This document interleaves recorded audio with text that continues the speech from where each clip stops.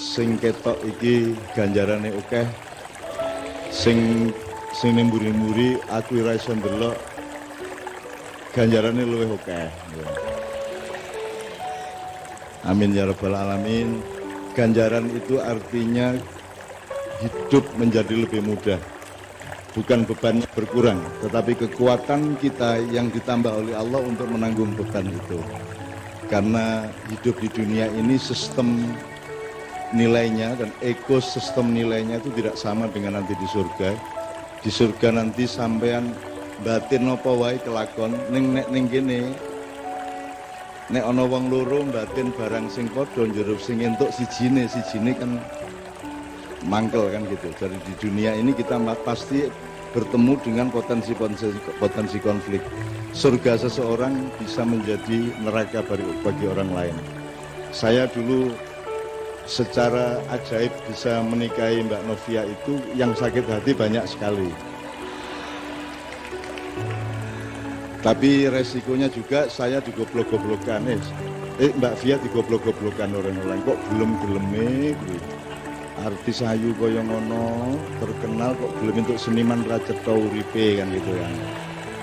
Dan itu dirasani orang di mana-mana seperti itu gitu. Nah, jadi Bapak sekalian, mudah-mudahan di Solo ini tercipta atmosfer surga sidik-sidik di mana ya sikne arep jangkep durung iso. Jadi potensi konflik itu bisa dikurangi dengan satu keadilan, nomor dua kearifan. Jadi keadilan itu nanti kita jelaskan bersama-sama. Rukun itu bukan sesuatu yang bisa kita bangun. Rukun itu adalah akibat dari keadilan, akibat dari keseimbangan satu sama lain. Gotong royong barang ora iso dijak. Gotong wong nek wis saling lega satu sama lain mesti otomatis dia akan gotong royong kan gitu. Nanti kita coba lacak bersama-sama kronologi ilmunya dikit-dikit saiso-isone. Sambil nanti saya minta penegasan dari para tokoh agama yang berbeda-beda, kan pasti beliau punya stabilo dan punya landasan yang sama sebenarnya tentang persatuan manusia, tentang kesatuan alam semesta dan seterusnya, termasuk Pak Muzamil. Nanti saya minta mengemukakan ayat-ayatnya yang saya Bismillahirrahmanirrahim. Sekarang saya ingin mendoakan mudah-mudahan semua yang hadir di sini oleh Tuhan besok pagi diberi kejutan. Diberi kejutan berupa sesuatu yang semula belum begitu yakin menjadi lebih yakin. Proyek yang belum jelas besok pagi jelas. Pekerjaan yang selama ini kurang berkah besok mulai berkah gitu ya. Dodolan kok ora cetha-cetha payu ora sesuk mulai payu gitu ya. Sing urung entuk jodoh bengi iki langsung wis entuk. Nah sing terakhir iki amine banter banget iki. Nek kepeksane urung entuk ya wis golek cagak-cagak apa wedhus kono. Oke, bismillah, saya mendoakan Bapak-bapak, sahabat-sahabat saya dari berbagai macam agama di dalam Islam itu ada tradisi namanya sholawat. Sholawat itu adalah menyatakan cinta kepada Nabi Muhammad. Terus itu juga doa supaya Allah memberkahi Nabi Muhammad. Terus nanti teman-teman dari agama lain bingung, bagaimana wong nabinya aja masih minta didoakan. Bagaimana mungkin umatnya bisa beres, wong nabinya aja masih minta didoakan. Sebenarnya yang terjadi adalah cinta segitiga. Jadi kalau saya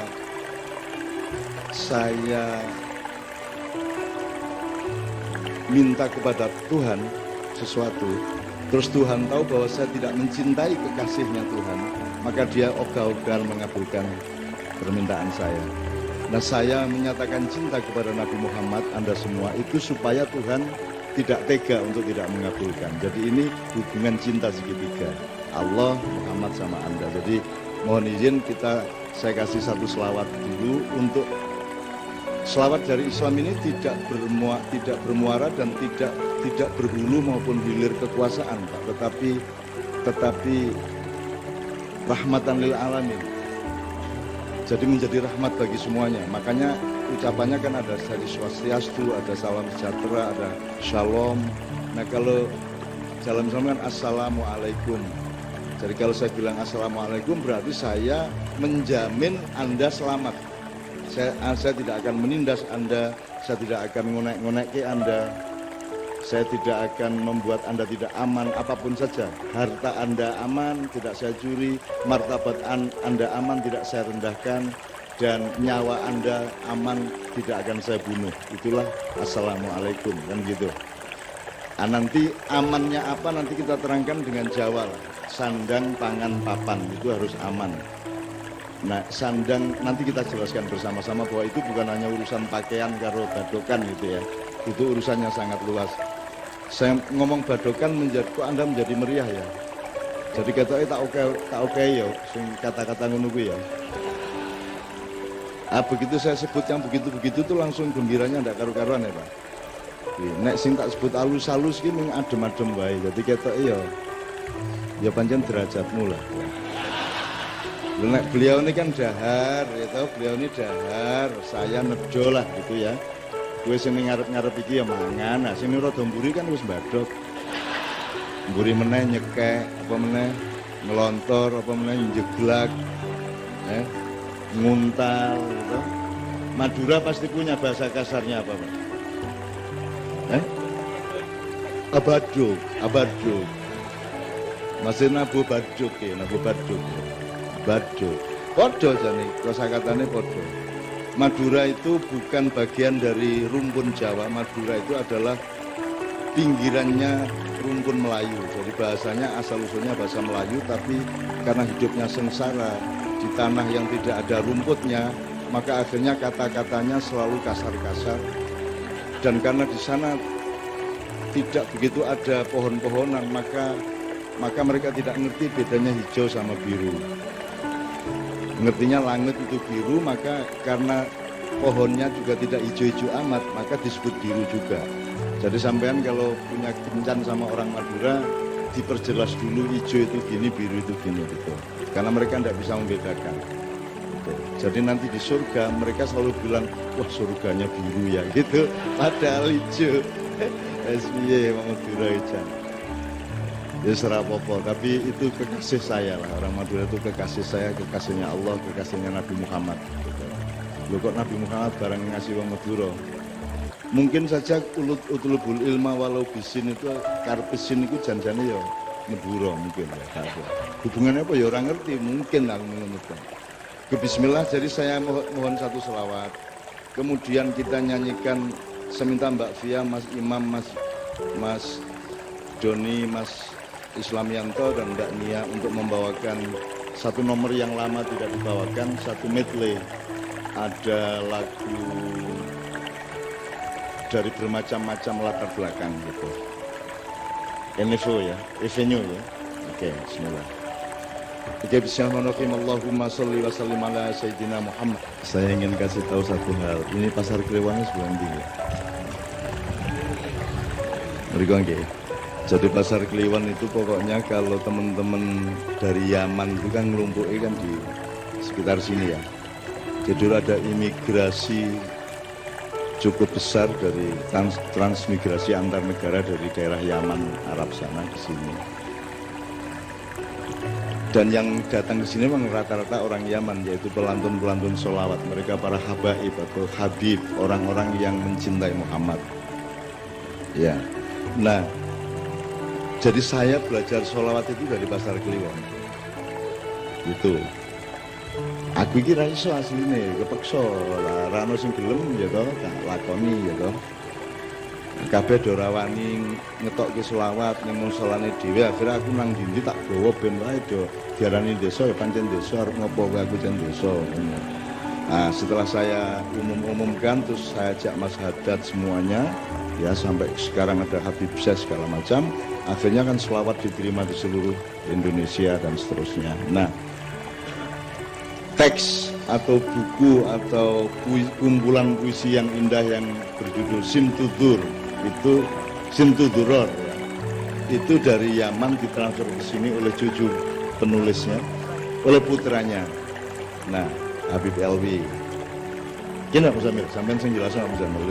Dimana aku di perombol terus ini. Jadi gimana ceritanya Simtuduror ini, Pak Muzamil? Sintu Durar itu kan ditulis oleh Habib Ali bin Muhammad bin Husain Al-Habsyi, yang beliau itu tinggalnya di Siwun di Yaman, dan itu langsung dituntun oleh Nabi Muhammad SAW beliau. Ya, saya tidak akan membawakan seluruhnya ini karena tidak mungkin. Ini kalau dibawakan seluruhnya ini bisa sampai jam 1 ini tok. Itu pun tanpa musik, dan itu kan nanti Anda tidak jadi selawatan tapi hatimu mangkel, malah ndongak kelek nang aku tur kena kowe dhewe malahan kan gitu. Wong aku nglakoni apik ya to ning kowe mergo kaya nek kowe ngimami sembahyang kegawan surate kan ya apik karepmu ning ya miso-miso apa makmummu niku waduh Al-Baqarah modar iki nah. Pertama modar ning begitu wis mulai meh ceklak-cekluk guys wis metu kalimat thayyibah. Dan sewu alon-alon. Jadi kita ini punya masalah ya di Solo, ya di Jogja, ya di DIY, provinsi-provinsi, nasional, bahkan masalah-masalah global. Semua masalah itu ada 3 macam. Yang satu masalah-masalah yang kita bisa merumuskan dan insya Allah bisa kita selesaikan. Tapi ada masalah yang agak lebih tinggi, dia punya kans mungkin bisa kita selesaikan, mungkin tidak bisa kita selesaikan.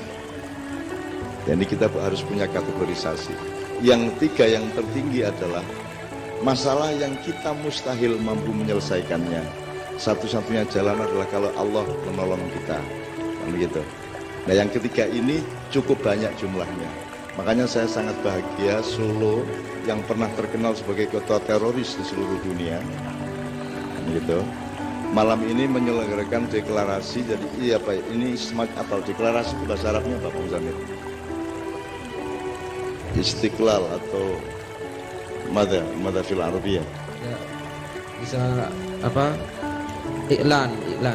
Ya, deklarasi bisa, atau kalau seperti Nabi Muhammad kan wasiqah ya. Wasiqah. Sepokoknya gue ya ramudun kok ya dikandani apa ya manut ya. Manut itu ya. Tapi pokoknya ada tekad bersama di Solo ini, dan ini kan luar biasa. Jogja aja kemarin malah teman-teman Papua malah mengambil keputusan untuk pergi dari Jogja, dan itu sebuah luka yang bisa panjang akibatnya ya. Dan belum ada recovery sampai hari ini. Di Solo yang terkenal dengan laskar-laskar bermacam-macam, terkenal dengan lirik-lirikan antar golongan, antar agama, antar macam-macam, itu justru ada deklarasi yang luar biasa. Jadi deklarasi ini dihidupkan oleh kesadaran mengenai 5 pilar bangsa dan negara Republik Indonesia. Pilar pertama adalah soko gurune Indonesia itu ya rakyat Indonesia itu sendiri. Jadi syaratnya negara di tanah air itu ada rakyat. Jadi itu pilar 1. Ibarat masjid Demak itu yang paling tengah sing gede dhewe, itu rakyat. Jadi rakyat ini yang memiliki kedaulatan, yang memiliki tanah dan air, dan yang punya hak apa saja, itu rakyat. Yang nomor 2 adalah balungannya rakyat. Balungan itu kekuatannya, yaitu tentara dan polisi.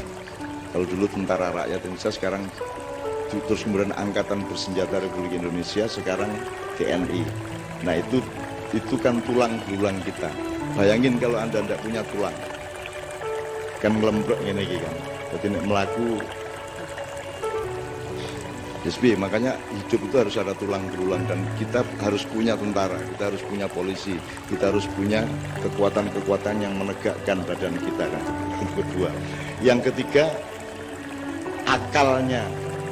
Pilar yang bernama akal sehat, yaitu intelektualitas kita, yaitu kaum cendekiawan, para kesatria gitu ya. Kaum cendekiawan. Ya cendekiawan itu apa nek di Ponokawan ya Petruknya gitu. Kalau Gareng filosofnya, kalau Petruk itu intelektualnya, Bagong itu seniman budayawannya, Semar itu keseluruhannya kan, kira-kira gitu. Nah pilar yang ketiga adalah kaum cendekiawan. Maka ada sekolah, ada universitas. Ya nanti kita jelaskan secara Pancasila nanti kalau ada waktu. Pilar yang keempat adalah kekuatan adat dan kebudayaan. Solo ki beda karo Yojo. Aja njur Solo padha karo Yojo. Iki pancen Solo ki beda karo Yojo. Blangkone ya siji Bendul, siji Trepes kuwi. Aja njur demi perdamaian terus digawe separuh-separuh. Jadi bendole Jogja dikurangi, kini digawe rada bendol sithik, ndak usah. Nek titik-titik wae, nek bebek-bebek wae. Supaya kita damai adalah bebek-bebek jangan menyuruh petik jadi bebek, kan begitu. Pitike dhewe ya aja rasa pengin dadi manuk. Kan gitu. Kowe nek wis mangan tempe ya wis tempe kuwi sing paling apik, paling enak. Angkus sore nek ana sop buntut alhamdulillah, ana tengkleng alhamdulillah. Ning pas onone tempe sing paling apik ya tempe kuwi. Mbangane kowe mangan tempe karo ngelamun tengkleng.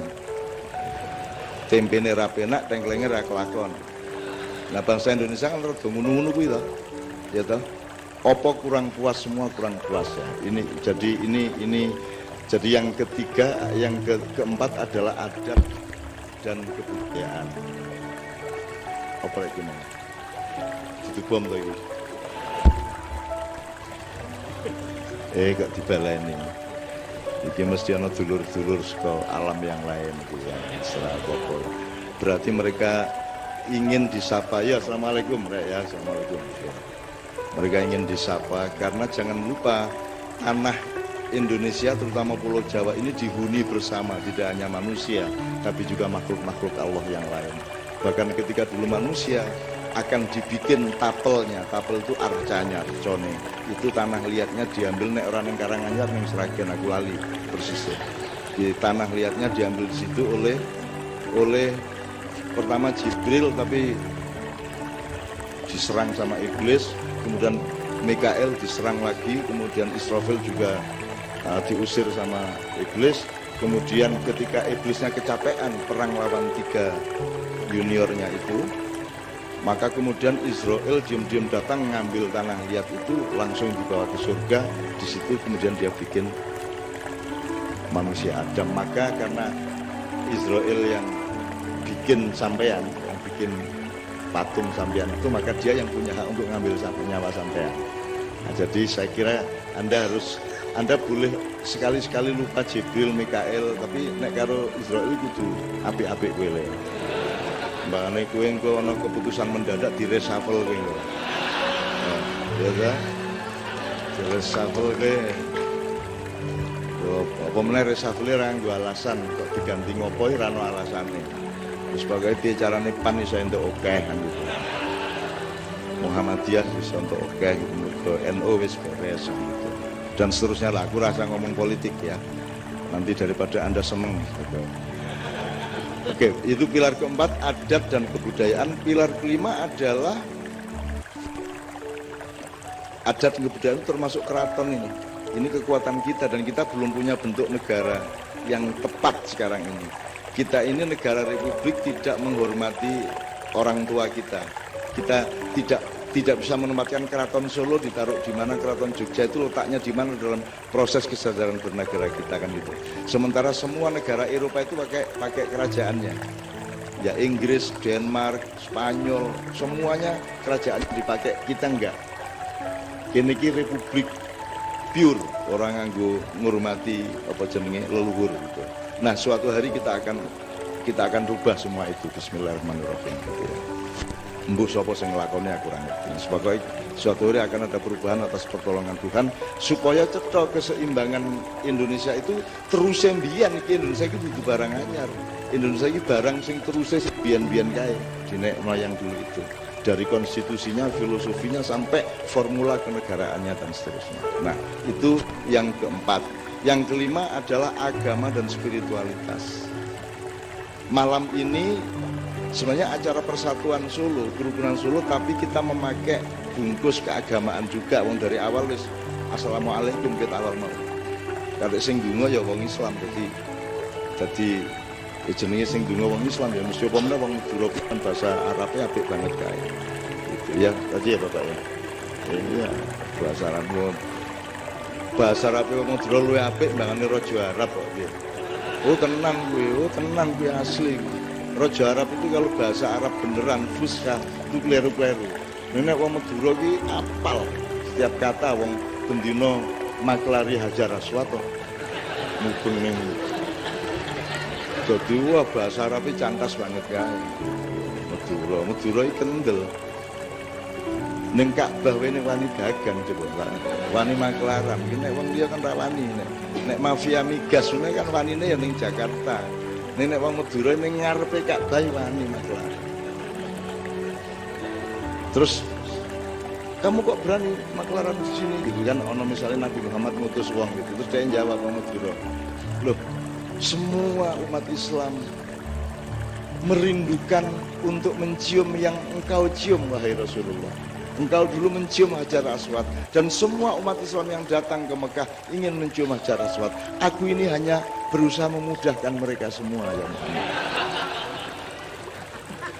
Bahwa mereka kemudian ngasih saya uang itu karena mereka akhlaknya tinggi.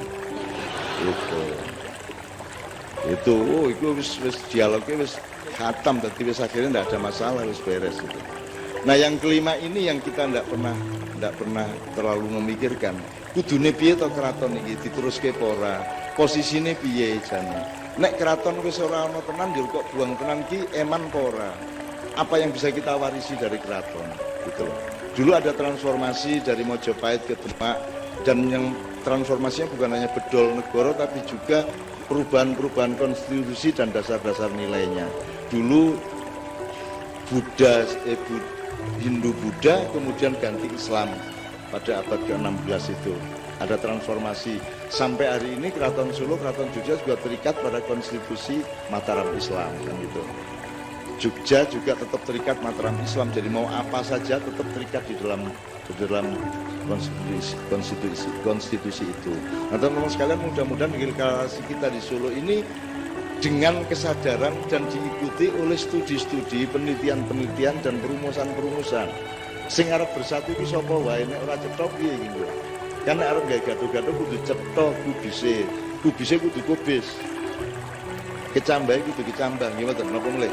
Kentangnya kudu kentang, aja njero kentang-kentangan. Aja kecambah, aja tuge-tugean. Karena sekarang ini kan tidak penting ayam bener apa tidak, yang penting rasa ayam sekarang. Gitu mboten. Yang penting rasa ayam. Gitu. Nggak penting mengamalkan Quran atau tidak, yang penting apa? Kan gitu kan? Kan begitu sekarang yang terjadi. Jadi Islam ini diterapkan juga, saya kira agama-agama lain pandek pada level simbolik kultural gitu. Jadi terlalu mengandalkan sing tok moto, kasat moto gitu. Jadi sing penting ki kupluan kaya Pak Muzamil kaya Cak Nun gawe. Syukur-syukur baduke ireng gitu. Anak baduke kurang ireng berarti sembayangnya kurang suwe gitu. Terus ora ana watune iki ning klosone kan gitu. Gitu. Jadi Rasulullah berjanji besok-besok kalian akan bercengkerama dan bersendagurau dalam kenikmatan Allah di Telaga Haud, gitu kan? Terus sebagian umat bertanya kepada Nabi Muhammad, ya Rasulullah, bagaimana engkau tahu itu umatmu atau bukan?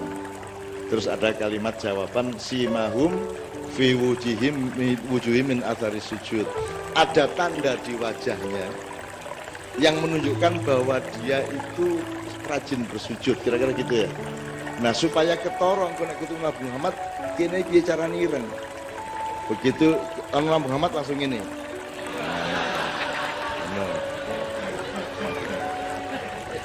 Nek perlu nggawa handphone dikai anu ki selfie ngene iki tuh jadi sinare nyinar ini iki lho. Ireng lho iki lho.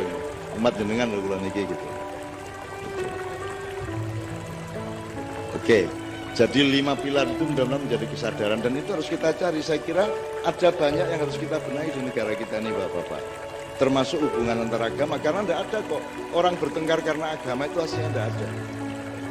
Tidak ada mergo kowe Kristen aku Islam ya ora kerengan ya ora ono jan. Mergo kowe wong Solo aku wong Yogyo kerengan ya ora ono kejaba bal-balan. Nek bal-balan wis ora peduli menang kalah, sing penting kerengane kan gitu kan. Itu kan Bu Brojo Musti Bu nek kene apa jenenge? Pak Sopati mbok apa nek bal-balan itu memang itu makhluk asing lah, makhluk aneh lah. Wani numpak dhuwure sepur wong 200 dhuwur gerbong wani kok. Kuwi kan malaikat kowe dol metoko lho iki piye to iki menungso iki. Tur ora njur gocekan tegang kae ora njur cekelan di pinggir gerbong ya ndak ya ming mecingkrang kae karo ngerokok kowe. Kaya ora ana apa-apa. Ini betul makhluk luar biasa di Pulau Jawa ini, luar biasa. Terutama yang sepak bola. Dari situ teman-teman sekalian, saya akan pelan-pelan Sebenarnya saya mengambil judul malam hari ini itu keseimbangan. Jadi hidup itu keseimbangan.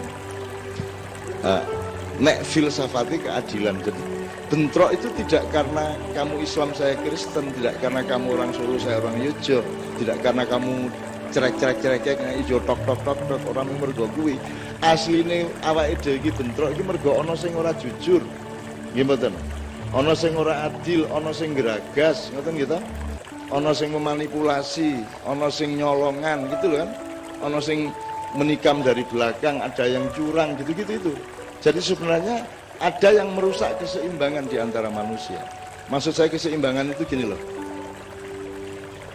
Misalnya kita ngomong sandang, pangan, papan. Sandang itu jangan dipikir cuma baju. Sandang itu kan lambang dari martabat hidup Anda.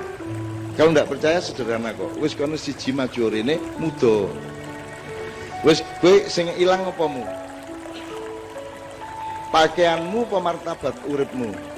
Martabat. Jadi sandang dalam filosofi Jawa itu maksudnya adalah eksistensi dan martabat kehidupan. Makanya dodot ira kumitir bedah ing pinggir. Nek ana wong wedok kaya ana misalnya pramugari kaya kan omahe adoh tukang jahit. Dadi wis jangkep kaine nganti nisor ning kene ora kumanan benang, ora dijahit. Dadi nek mlaku iki pupune sing nganti dhuwur ketok kae. Nek ana angin njur sidrotil muntahane ya samar-samar ketok kae.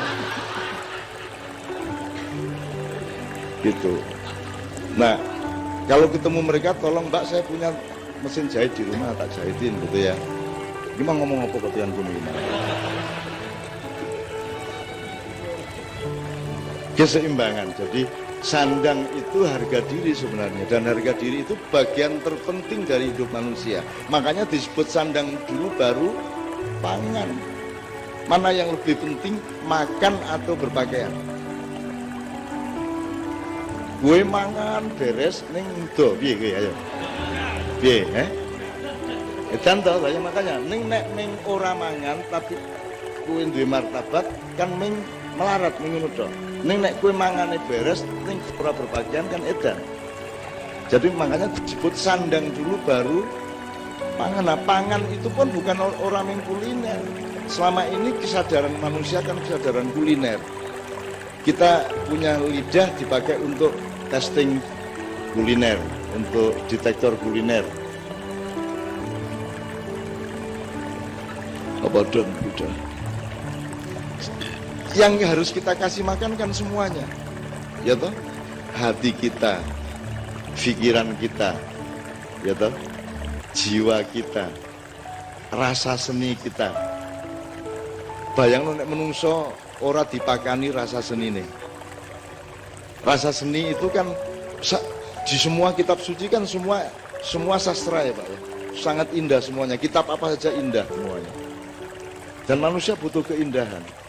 Sampai soal nyugui panganan, kudu nganggo keindahan. Betul enggak? Nyugui panganan lho.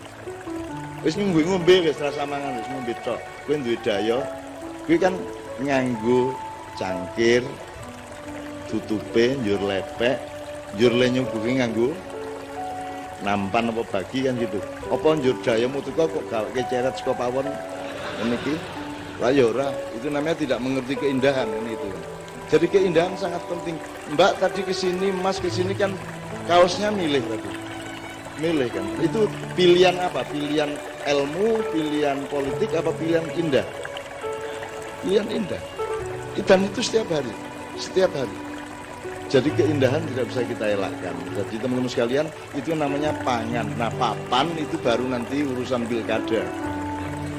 Papan, pilpres. Papan itu artinya setiap benda, setiap orang, setiap konteks harus menempati atau ditempatkan di tempat yang tepat. Itu namanya papan. Irung itu dadi irung kalau letak di situ, Mas. Betul enggak, Mas? Goblok iki dadi martabate ono. Nek tak salah iki kene, kuwi kudu ngene iki, Mas. Nek tak kene ngene, kowe wis ora percaya aku. Ya lah, Mas. Wis wis, aku mau munggah kono terus ngene iki tak iringke apa tak kene ngene. Kan wis edan to kuwi. Jadi itu namanya papan, jelas ya. Jadi kelihatannya sandang tangan papan seolah-olah masalah fisik, enggak. Fisiknya, jasadnya, materinya paling pol 10%, yang 90% itu rohaniah. Papan rohaniamu namanya dalam Islam makom atau makomat, kan begitu. Semua ada tempatnya masing-masing. Ini cocoknya di mana, ini nek cara Jawa ini empan papan ya, empan papan ya. Atau bahasa modelnya proporsional. Kalau bahasa Arabnya apa Pak? Usai'in fi mahallihi. Wat usai'in fi Wat usai'in fi mahallihi. Wat usai'in fi Mahallihi. mahallihi. Mahal itu tempat ya, Tempat, wadah. ya, ya. Wadah, oke. Oke Pak Muzamil, saya langsung shortcut sedikit sebelum kita teruskan. Saya mohon nanti Bapak-Bapak, tapi sebelum itu saya akan kasih lagu dulu dari Mbak Novia, Mas Imam, dan lain-lain. Setelah itu kita ngobrol bareng. Saya tanya dulu, ini sampai jam berapa? Ya Pak, sampean ndonga Pak, ngiragas kabeh to Pak. Ana sing subuh barang kuwi. Sebenarnya saya tidak tanya sampai jam. Saya itu cuma mau ngecek sing duwe penggawean sing endi, sing nganggur sing endi. Nah sing jawab subuh mesti ra duwe penggawean to, Bu. Kan gitu. Aku jawab kok acara nganti subuh mesti penganggur cacah iki kan. Pak Muzamil. Kemarin di Padang Bulan di Jombang, bulan kemarin kan kita menafsirkan beberapa ayat. Salah satunya adalah apa namanya gini. Pertanyaannya gini.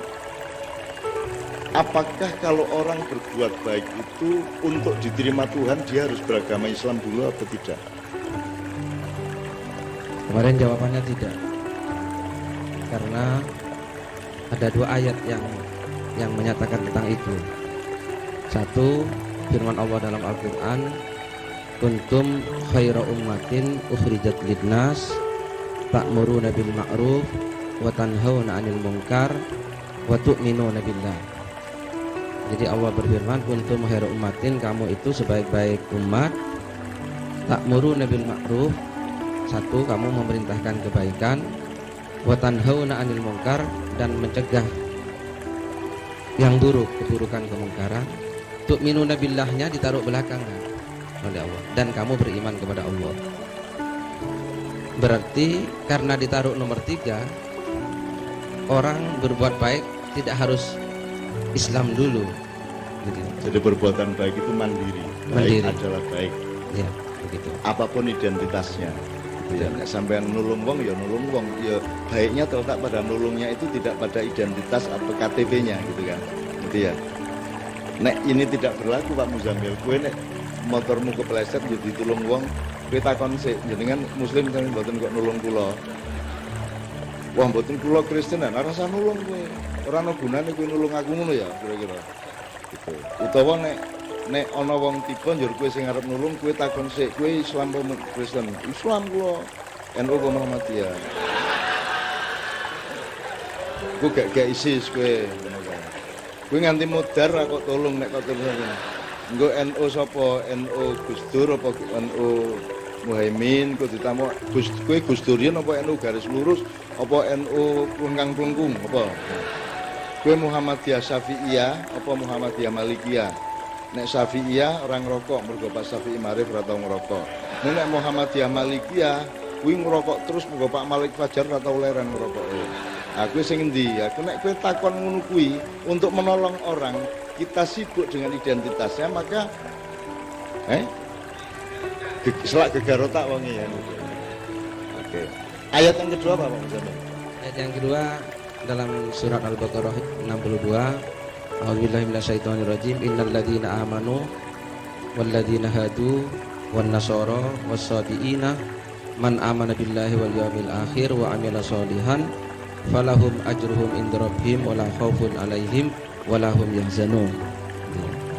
Innal ladzina amanu, sesungguhnya orang-orang yang beriman, walladzina hadu, dan orang-orang yang menganut agama Yahudi, wan nasara, dan orang-orang Nasrani, wasabiina, dan orang-orang sabiin.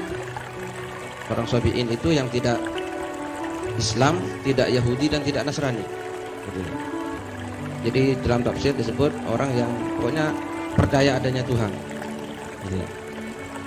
Man amana billahi wal yawmil akhir, siapa yang beriman kepada Allah, baik Islam Yahudi, Nasrani dan Sabi'in.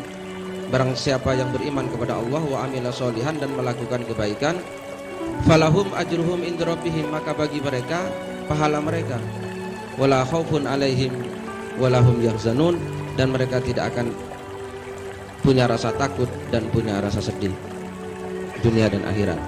Begitu. Jadi sangat jelas ya, teman beragama Kristen berbuat baik sama Allah, Falahum ajruhum inda rabbihim. ya, sama Allah dikasih ajar. Ajar itu ya reward ya, apa, penghargaan atau pahala atau ganjaran dan seterusnya. Bahkan jelas ini ayatnya. Jelas. Jadi sampean berbuat baik aja. Makanya setiap agama outputnya kan akhlak. Outputnya akhlak. Sholatnya itu, ibadahnya itu alat, itu dapurnya kan gitu. Tapi warungnya itu akhlak yang baik tadi kan gitu. Kon dari kue aja sibuk neng dapur wae. Gitu. Dapurnya tetap kudu resik, kudu apik, kudu tertib. Tapi yang dilihat orang kan duduk tawon nih. Yang dilihat orang adalah warungnya kan begitu. Nah warungnya kudu ada panganan yang sehat dan enak. Jadi mudah-mudahan ini memperkuat deklarasi pada malam hari ini. Gitu kan. Soalnya kan nanti kan orang kok, loh kok orang Islam kok berdamai sama Kristen bagaimana? Nah Rasulullah itu gimana kira-kira Pak Muzamil? Nabi Muhammad itu punya pembantu masih anak-anak Yahudi, dan sampai akhir hayatnya Yahudi tidak dipaksa oleh Rasulullah untuk masuk Islam. Anak itu. Nek kepengen kaya Rasulullah golek pembantu Yahudi ya. Rasulullah kalau dia teladan toleransi atau tidak? Teladan toleransi, buktinya dia punya pembantu, dibiarkan tidak dipaksa, beliau tetap menjalankan Islam, pembantunya Yahudi, ya oleh Rasulullah dibiarkan saja. Sampai satu ketika, nah ini bukan karena dipaksa, anak ini sakit, pulang ke rumahnya dijenguk oleh Rasulullah SAW. Nah pada saat sakit itu Rasulullah datang, terus dia ingin masuk Islam atas kesadaran sendiri. Terus oleh Rasul dirembuk sama orang tuanya, gimana ini anakmu mau masuk Islam? Ternyata orang tuanya setuju. Orang tuanya bilang, ati Abul Qasim, taati, manutlah kamu kepada Abul Qasim. Kesadaran sendiri, bukan karena dipaksa oleh Rasulullah. Jadi selama bertahun-tahun dia Yahudi dan tinggal serumah dengan Rasulullah. Ini kan mana ada toleransi seperti itu? Itu saya kira nggak ada seperti beliau. Kalau sekarang pakai konstitusi kekhalifahan Rasulullah, kenabian dan risalahnya Rasulullah. Rasulullah kan mengatakan innama bu'ithu liutammima makarimal akhlak. Jadi Rasulullah itu disuruh kerja keras itu untuk memperbaiki akhlak. Nah supaya akhlaknya baik dikasih training ibadah, sholat rajin, puasa dan seterusnya gitu ya.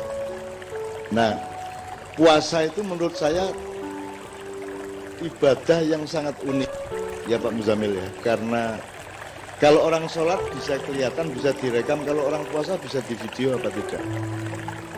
Yang bisa di video bukone kan gitu. Tapi kalau orang puasa di video kan nggak bisa ya. Paling rahasia, ibadah paling rahasia. Anda tahu nggak bapak Anda puasa atau tidak tuh ngerti persis nggak? Atau anakmu poso pora ngerti, orang ngerti tuh. Makanya puasa itu kalau saya mengibaratkan, kalau orang sholat itu katakanlah di halaman rumahnya Tuhan, gitu ya. Kalau orang naik haji itu boleh masuk rumah. Tapi kalau orang puasa itu Anda berada di kamar pribadinya Allah. Karena Allah mengatakan puasamu untukku, gitu ya Pak Muzamil. Ila sauma fa innahu li. Kullu amal ibni Adam lahu illa saum atau illa siyam. Apa saja ibadahmu itu untukmu kecuali puasa. Jadi sebenarnya puasa itu sangat tinggi, sangat menggembirakan, sangat menawarkan berkah. Sehingga kalau kita mau bikin hari raya, seharusnya hari raya itu ya puasa itu. Jadi mulai tahun depan kalau bisa, begitu masuk Ramadan kita hari raya. Yang kita rayakan itu Ramadannya itu, karena kita sedang deket-deketnya sama Allah. Kita di kamar pribadinya Allah. Nah, selama ini yang dirayakan kan begitu selesai Ramadan hari raya. Apa sebabnya mergo yes, wis untuk badok kan gitu kan. Terus hari raya kan gitu, kita ngono kan. Jadi Idul Futur, bukan Idul Fitri ya. Idul Fitri. Idul Futur kembali makan kan gitu. Dan nek aslinya kan sing dirayakan kan sing ampuh toh, sing top toh. Nah, itu puasa. Mana mungkin kita bisa toleran rukun kalau tidak saling berpuasa. Berpuasa itu artinya mengerti batasnya. Kue ra entuk ngonekke aja ngonekke, kue cukup semene wae. Kue aja ngetokke kue sugih di depan tanggamu sing melarat banget kan gitu. Dan seterusnya, pokoknya menahan diri, menahan nafsu segala macam. Itu semua adalah puasa. Dan puasa sangat penting. Oke Bapak sekalian, sebelum saya mohon ke Bapak untuk satu persatu, panitia saya mohon untuk memberi untuk memandu siapa di antara Bapak-bapak yang akan urut-urutannya, dan seterusnya saya mohon untuk dipandu oleh salah seorang panitia atau 2 orang, tidak apa-apa. Sebelumnya supaya pangannya jangkep ya. Jadi iki mau wikir wis rada suwe iki mau mikire ya. Ikine wis dikai panganan, saiki ikine dikai panganan. Nah, untuk iki apa arep Jawa, apa arep Barat, apa arep semau-maumu.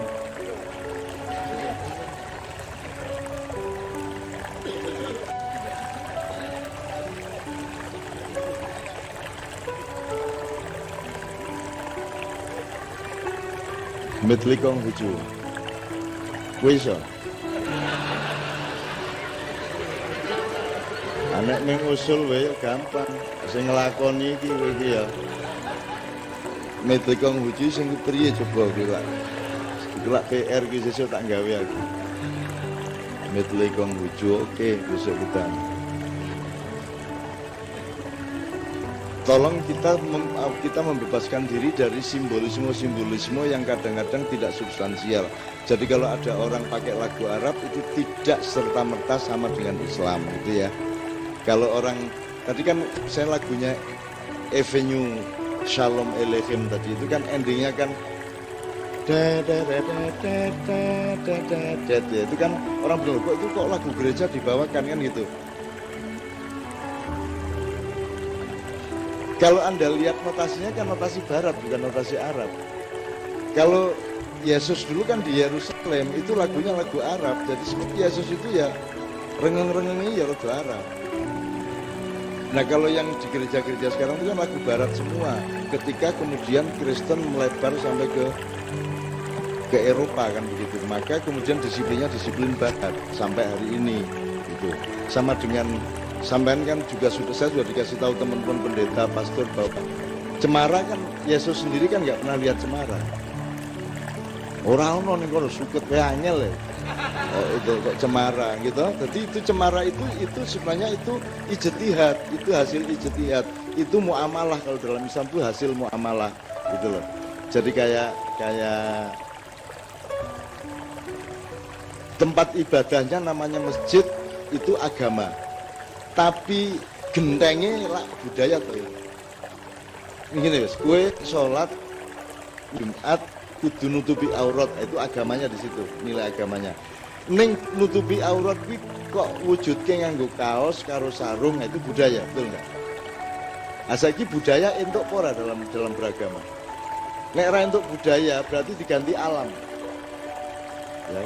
Kan banyak orang yang mempersoalkan budaya itu haram. Berarti kau naik sembahyang nganggo belara. Kau ubel-ubel gini-gini gitu. Apik banget kuwi. Jadi budaya itu tidak bisa kita elakkan karena kita hidup itu pasti melakukan budaya kan gitu. Pari ya ditutu kan gitu. Setelah ditutu diliwet kan gitu. Setelah diliwet kasih sayur itu semua budaya.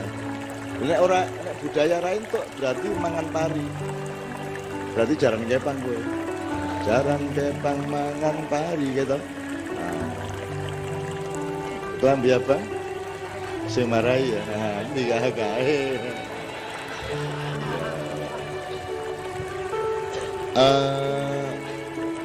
Kita minta Mbak Novia satu nomor Mbak Novia. Apa ya? Terserah Mbak Novia kira-kira.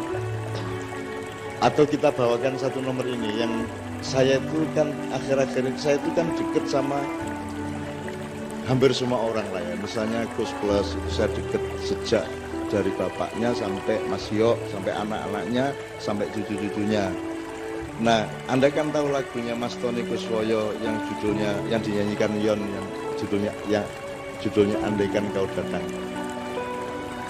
Andaikan kau datang kemari, gitu ya. Itu Yok cerita pada suatu itu tahun kemarin kira-kira, dan ada, Anda cari di YouTube ada. Yok cerita itu bukan lagu percintaan laki-laki dan perempuan, Ca. Itu adalah lagunya Mas Tony menjelang meninggal. Dia menyesali hidupnya yang tidak terlalu dekat kepada Tuhan, dan kau itu di situ Tuhan. Gitu loh. Terlalu, jadi hidup itu terlalu indah dikenangkan, terlalu indah dilupakan, terlalu sedih untuk dikenang. Ya, gitu ya. Jadi yang dimaksud di situ Tuhan. Jadi dia takut nanti sesudah mati kalau ketemu Tuhan terus ngomong piye aku iki. Andaikan kau datang kemari kembali, terus jawaban apa yang kan ku beri, gitu ya. Adakah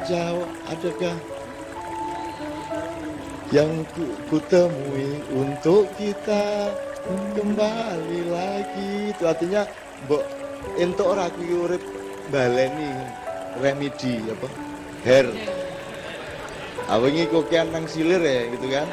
Upamane lho ya, upamane mbok kula dikasih second chance lah, ke kesempatan kedua itu. Saya mohon kepada teman panitia untuk ikut bersama saya membagi share ya, membagi peluang ini, kesempatan ini untuk berbagi kedamaian, berbagi toleransi, berbagi kasih sayang.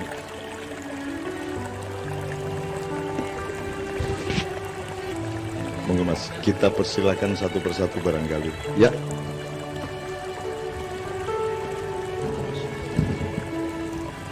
Siapa yang silakan. Ya, yang dilaksanakan di kota Pekalongan itu kerjasama Menteri Pertahanan Bapak Arya Riza Aryakutu bersama ulama ahli Thariqah Al-Muqtabarah An-Nahdiyah yang dipimpin oleh Maulana Sayyid Habib Lutfi bin Muhammad bin Yahya Pekalongan. Dari sini yang berangkat 8 personil dari pengurus dan anggota Jakman Jam'iyah Ahli Thariqah Al-Muqtabarah An-Nahdiyah dan juga dari Pondok Pesantren Fatum, sehingga 8 itu datang ke menghadiri konferensi internasional ulama sedunia yang dihadiri oleh 49 negara, termasuk dari Amerika juga hadir ulamanya, dari Inggris juga. Nah, di situ yang dibicarakan seperti yang kita laksanakan malam ini. Maksudnya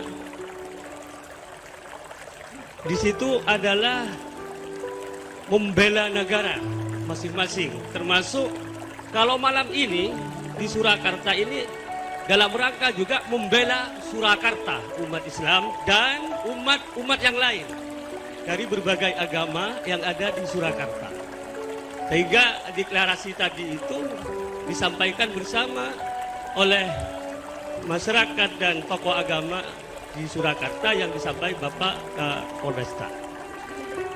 Di Pekalongan kemarin selama 4 hari itu konferensi itu diantaranya menekankan bagaimana toleransi antara umat beragama, karena terjadinya bom bunuh diri di berbagai negara, termasuk di Iran, di Syria, dan kita saksikan semua, termasuk di Surakarta yang sebelum hari raya itu kecil. Itu karena memang tidak adanya toleransi. Jadi para ulama yang hadir ke Pekalongan itu menyampaikan diantaranya yang harus kita masyarakatkan, kita sosialisasikan adalah tasamuh antara kita semua, bainana wa bainakum, bainana wa bainahum, bainan nas, sedunia harus toleransi. Makanya acara malam ini adalah judulnya adalah Surakarta Dukung Toleransi. Kota berseri, kota solawat, kota toleransi. Ini adalah intinya membela kota Surakarta. Kalau Indonesia membela negara Indonesia. Saya kira itu sebagai oleh-oleh dari tokoh agama khususnya dari Islam yang ikut dalam konferensi internasional yang dilaksanakan di Pekalongan berkaitan dengan acara malam ini.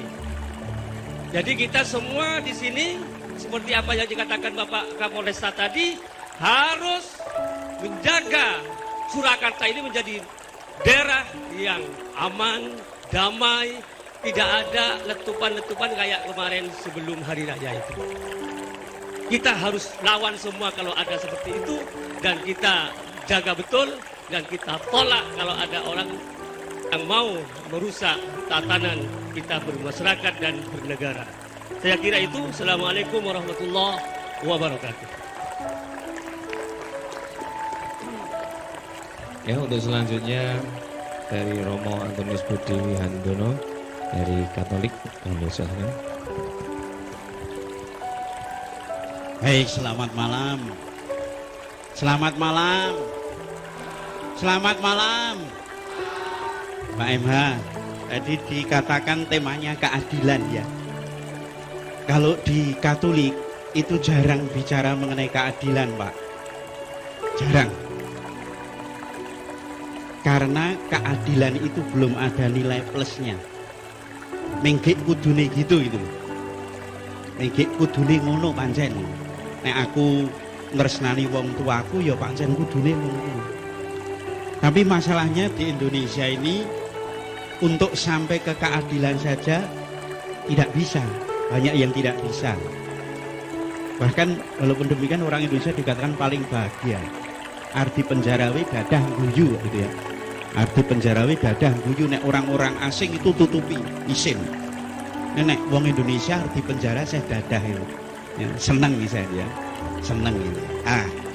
Kalau gereja Katolik itu bicaranya bukan keadilan tetapi kemurahan hati. Kemurahan hati itu lebih keadilan. Dengan murah hati itu orang berbuat lebih. Dan kalau belajar dari Isa Al-Masih itu yang menjadi utama itu hidup selalu digerakkan belas kasih, itu jadi dasar. Nah, kalau mau dipakai sederhana, nek wong di rasa mesake itu ora ana wong sengsara. Nek kalau ada orang di rasa mesake, aku mesake wong tuaku, ora ana wong tua sengsara. Aku mesake koncoku, mbuh kuwi muslim, mbuh katolik, mbuh Buddha, mbuh Hindu, itu tidak ada orang sengsara. Maka sebagai dasar itu lalu kemudian hatinya digerakkan oleh belas kasih, dan itu nanti akan menjadi kemurahan hati. Dan memang anehnya dalam ajaran Katolik itu biasanya kalau orang itu mengatakan kalau ambil simbol-simbol itu kan yang luar biasa. Itu misalnya kalau Mike Tyson itu gelarnya si leher beton. Lalu kalau si siapa? Chris John itu naga.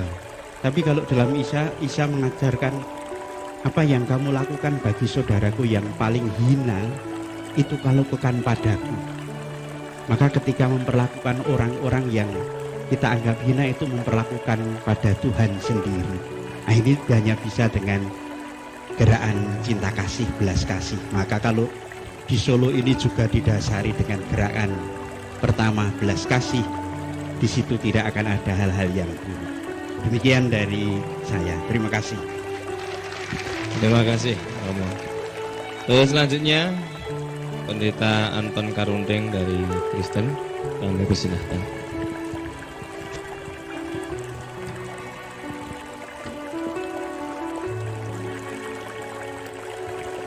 Selamat malam. Selamat malam. Shalom Aleichem. Tadi kan sudah dinyanyikan Shalom Aleichem ya. Jadi salam kita sama.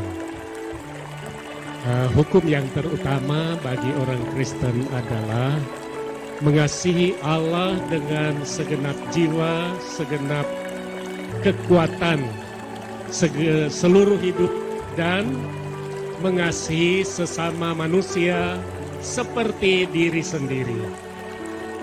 Jadi toleransi ada di sana, saudara-saudara. Mengasihi siapapun itu hukum, dan itu harus dipraktekkan mulai dari diri sendiri. Saudara-saudara, saya tidak menyombongkan diri, tapi itu praktek yang memang saya hayati dari hukum agama yang saya anut. Saya punya pembantu sejak istri saya itu umur 14 tahun. Kemudian dia punya cucu ponaan, ikut. Lalu saya sekolahkan sampai lulus sarjana. Agamanya apa? Agamanya Islam. Saya tidak melihat dia dari agamanya, tapi sebagai sesama manusia. Nah, sekarang sudah lulus dan mulai kerja. Kira-kira 8 bulan ini dia bekerja di Solo juga ikut saya. Ya, saya tidak akan memaksa harus masuk Kristen, tidak. Silahkan, ada tempat sholatnya dan seterusnya. Mau puasa, bahkan dia sudah istilahnya khatam itu ya Pak, apa ya Pak? Menyelesaikan, ya sudah khatam katanya dia. Saya tidak terlalu mendalami gitu. Saya dorong saja supaya dia melakukan agama sesuai dengan keyakinannya. Jadi kita mengasihi sesama manusia, siapapun juga seperti kita mengasihi diri sendiri. Itulah hukum dari Kristen. Demikian, terima kasih. Kok sudah Pak? Ya, masih bisa ditambah Pak? Iya silakan Pak. Ya, nanti. Iya, kita menganggap ini baru UUD 45-nya itu. Oh ya, masih yang lain lagi aja. Ini kita sepakati untuk kita bagi-bagi. Jadi saya tak berlagak sebagai orang yang seolah-olah lebih memahami Bapak Pastor dan Bapak Pendeta untuk menyambungkan ke Anda semua yang saya anggap agak kurang memahami dibanding saya. Kenapa ya Pak ya?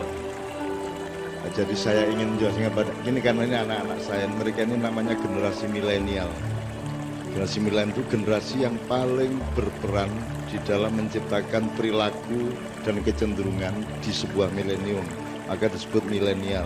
Umurnya dari 17, 18 sampai 38, hampir 40. Ini rata-rata begitu Pak umurnya. Dan mereka ini yang paling penting.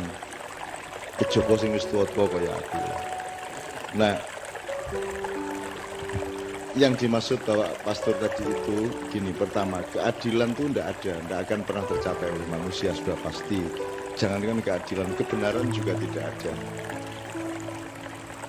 Kebaikan juga tidak ada. Kalau sejati, kalau yang kita lakukan itu hanya menuju kebenaran, menuju kebaikan, menuju keadilan. Jadi yang dinilai pada manusia adalah perjuangannya menuju gawang atau goal keadilan itu. Benar saja yang cuman satu, kan ada benar salah, baik buruk gitu. Terus nanti ada yang lebih inti, adil, tidak adil. Terus ada sisi lain, indah, tidak indah gitu ya. Satu sisi yang namanya benar saja, itu kan juga ada 3. Bener dewe, bener wong okeh, bener kang sejati gitu kan. Bener wong okeh itu yang membuat sejumlah orang menganggap ini yang benar maka dia bikin Golkar. Yang lain, oh ini yang benar maka bikin PKS. Oh enggak, yang itu, yang benar itu yang kayak gitu maka bikin Gerindra. Maka mereka terus bikin NU, bikin Muhammadiyah, bikin macam-macam. Karena ada kebenaran kolektif pada sejumlah orang. Nah itu juga belum tentu benar, orang banyak belum tentu benar. apalagi orang bener dewe gitu ya. Nah, yang membuat kita itu bentrok itu kan karena kelompok-kelompok itu gugu bener dewe kan gitu. Jadi kalau sering saya contohkan ya pitik keluru ini nang Solo gitu. Kukuruyu. Kalau di Madura Pak, Madura. Kukuruno. Kukuruno. Kalau di Sunda kongkorongkong kan gitu. Pertanyaannya adalah yang benar yang mana? Kukuruyu apa kukurunu apa kongkorongkong? Sing bener pitike. Nah, kan begitu.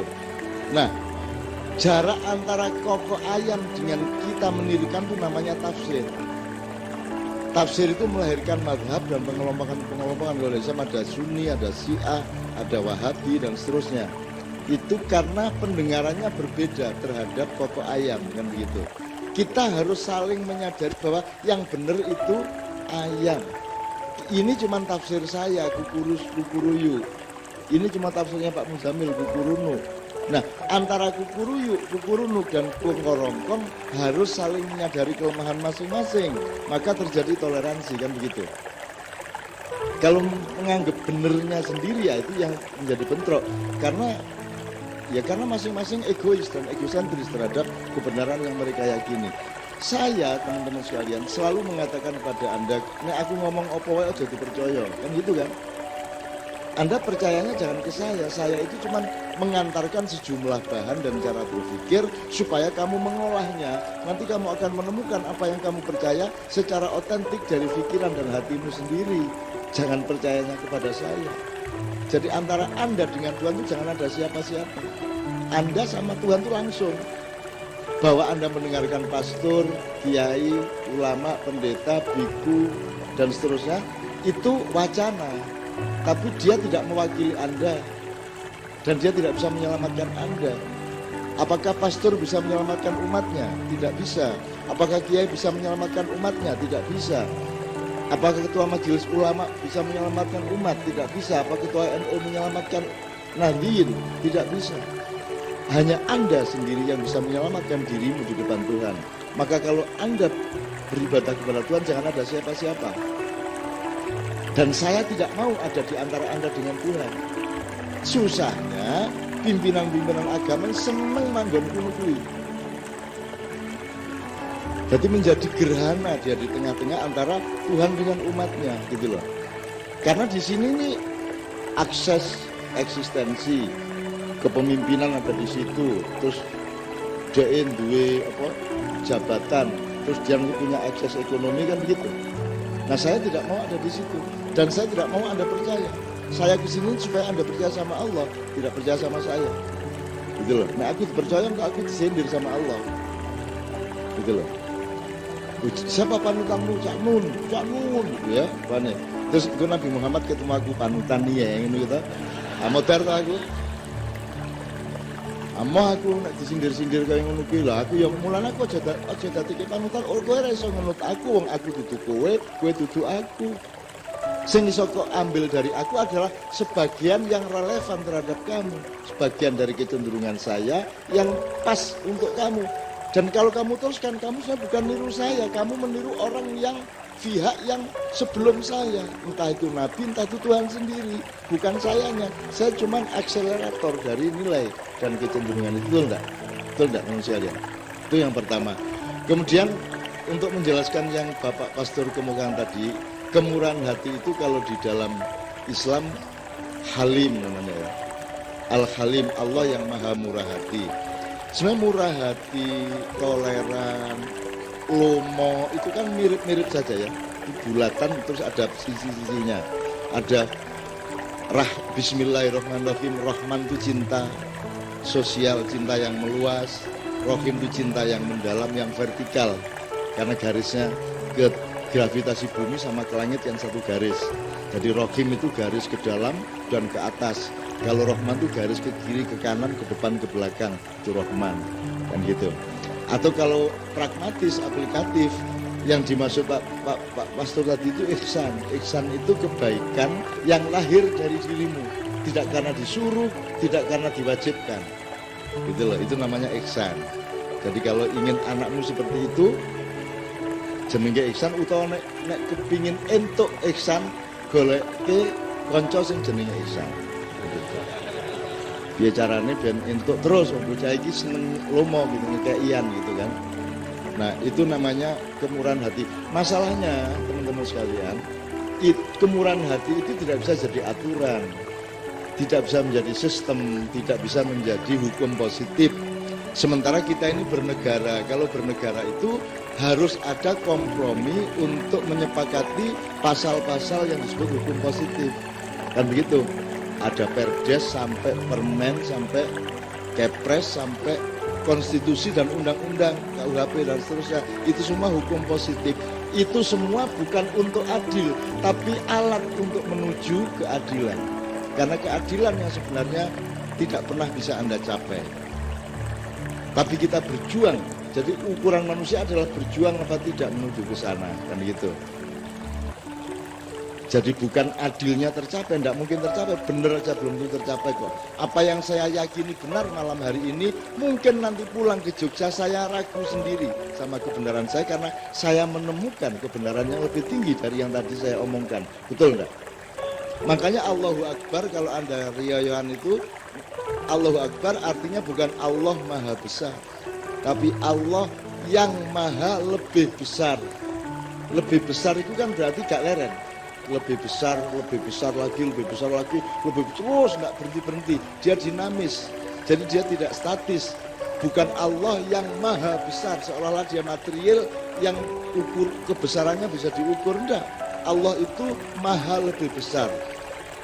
Kok maha lebihnya itu apakah Allah memuai gitu? Biar sepiro, bar sak gunung Kelut, biar sak gunung Semeru, orang. Di dalam kesadaranmu Tuhan itu makin lama makin agung, kan begitu? Makin lama makin agung. Jadi tidak pernah berhenti engkau mengagumi, mentakjubi Allah. Sehingga disebut Allahu Akbar. Kalau Allah Maha Besar, bahasa Arabnya Allahu Kabir. Kalau orang yang besar badannya, bukan Allah, rojulun kabir. K-nya yang panjang, kalau Allah baknya yang panjang, kan gitu. Kabir sama kabir. Itu. Kalau akbar itu maha lebih besar. Itu. Jadi tidak pernah berhenti. Maka Bapak yang dijelaskan oleh beliau tadi adalah Anda tidak bisa terus-menerus mengandalkan perintah agama atau syariat, mengandalkan hukum negara, mengandalkan kewajiban-kewajiban sosial. Anda harus melahirkan toleransi dan perdamaian dan kesejukan dunia ini melalui hatimu sendiri yang penuh kemurahan. Itu yang dimaksud beliau tadi. Artinya kalau cari wali kota, cari bupati, cari presiden itu salah satu kriterianya kayak wongi loman ora gitu loh. Kayak wongi sayang ora karo wong cilik kan gitu. Itu bukan kredibilitas atau akuntabilitas apa meneh jenenge akseptabilitas, integritas. Lah piye lemu mudeng. Orang mudeng mesti orang mudeng tas-tas kuwi mesti orang mudeng. Wis ora mudeng. Lah pokoke ngene lho, kae ketoke raine ketoke kok ya apik ya gitu aja. Nganggo ilmu katuranggan aja gitu loh. Itu loh sebenarnya. Oke ya teman sekalian, paham ya yang beliau adalah betapa pentingnya manusia mengolah dirinya untuk punya output murah hati di tengah sistem yang tidak bisa dijamin, di tengah hukum yang sangat relatif, di tengah Yesika salah apa tidak akan kebingungan. Ya, di tengah begitu banyak kasus-kasus nasional yang tidak jelas posisi hukumnya, gitu ya. Di tengah reshuffle yang tidak jelas alasannya apa kok dia diganti dan alasannya apa kok dia yang menggantikan begitu. Semua tidak ada alasannya. Nah, andalan sementara di antara kita adalah kemurahan hati. Beliau tadi menganjurkan ya nek ngono antar kelompok beragama di Solo ini nek iso menomorsatukan kemurahan hati. Kan begitu. Kalau mengandalkan perjanjian atau mengandalkan hukum-hukum positif, hukum positif itu rendah derajatnya. Misalnya orang mencuri dihukum, kan begitu. Dia tidak, hukum itu tidak ngerti mencuri karena apa, tidak peduli. Sing penting kowe nyolong. Bahkan sekarang orang belum menteror sudah disebut teroris. Durung ngapa-ngapa kuwi. Wis dicap teroris terus dihukum dan boleh dibunuh. Ini terjadi tidak hanya di Indonesia tapi secara internasional. Kan tidak boleh mengadili identitas, Pak. Tidak boleh ini ngecap kowe PKI tak hukum ra iso. Kowe kafir tak hukum ra iso. Nek kowe mateni wong lagi dihukum, kowe nyolong dihukum. Yang dihukum itu perbuatannya, meskipun yang mengalami hukuman adalah pelakunya. Tetapi titik hukuman itu berdasar perilakunya, bukan berdasar identitasnya. Sekarang yang identitas sudah diadili. Ini dicurigai kelompoknya Santoso digerebek. Kan begitu. Nah terus piye nek ngene iki? Nek ngene aku iso ngarani kowe iki sesat iki sesat. Terus dia duwe kanca-kanca iki sak anake sesat kabeh. Berarti saya hukum Anda, enggak bisa. Jadi hukum positif itu lemah. Apalagi hukum positif yang subjektif seperti itu. Itu ono sekolah diarani teroris gitu kan. Sak piturute. Nah, teman-teman sekalian, malam ini kita mendapat penyadaran dari beliau bahwa wis ojo mengandalkan banyak hal di luar dirimu. Andalkanlah kemurahan hatimu sendiri kepada sesama manusia. Ngoten nggih? Ngomong nggih. Akan gitu kira-kira. Ngerti tuh aku, makanya gue ya ta. Lumayan loh, aku ora tau melu misa lho. Nek aku ngerti yo. Atine kanca-kancaku Katolik aku ngerti kebiasaane, habitatnya dan ekosistem rohaninya aku ngerti kebiyen mergo saya temennya Romo Mangun, saya temennya Romo Dik Hartoko, saya temennya Romo Kuntoro, Romo Van Dongene di Nijmegen, Romo yang di Romo Magnis, Romo Girjito sak pitur tahu. Aku biyen iki tahu dipolo karo pastor-pastor ning Klaten ku ning gereja, Pak. Seminggu aku ning kono kuwi ditakoni terus kae. Jadi aku ijen musuh pendeta semono kae, pastor semono kae. Ning ya tiga inggon sembahyang gitu. Jadi saya di situ sendirian dan pokoknya saya jadi orang Islam sendirian hidup di situ. Saya sesi tiap hari gitu, berhari-hari itu. Dan saya hafal sama teman-teman gitu. Dan aku koncone, dan aku sering ganggu-ganggu. Jadi ketika Romo Mangun dulu masih sugeng, itu pernah kami diskusi di LIPI. Romo Mangun ngomong apik banget ya, terus setelah itu saya dan aku ngomong, saudara jangan percaya sama Romo Mangun. Nah, Romo Mangun itu ala itu politik itu. Romo Mangun itu sebenarnya diem-diem dia punya proyek. Dan itu dia itu membiayai banyak kristenisasi di Indonesia. Romo Mangun kan pucet, iya kiai ngono iki. Pucet iki. Wah, aku tenang kae. Jangan percaya sama beliau. Beliau punya rumah makan sedunia.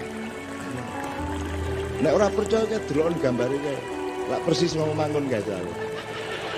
Kolonel Sanders kae. Kuwi persis Romo Mangun. Wah, yo asu bajingan wae. Dipesone aku.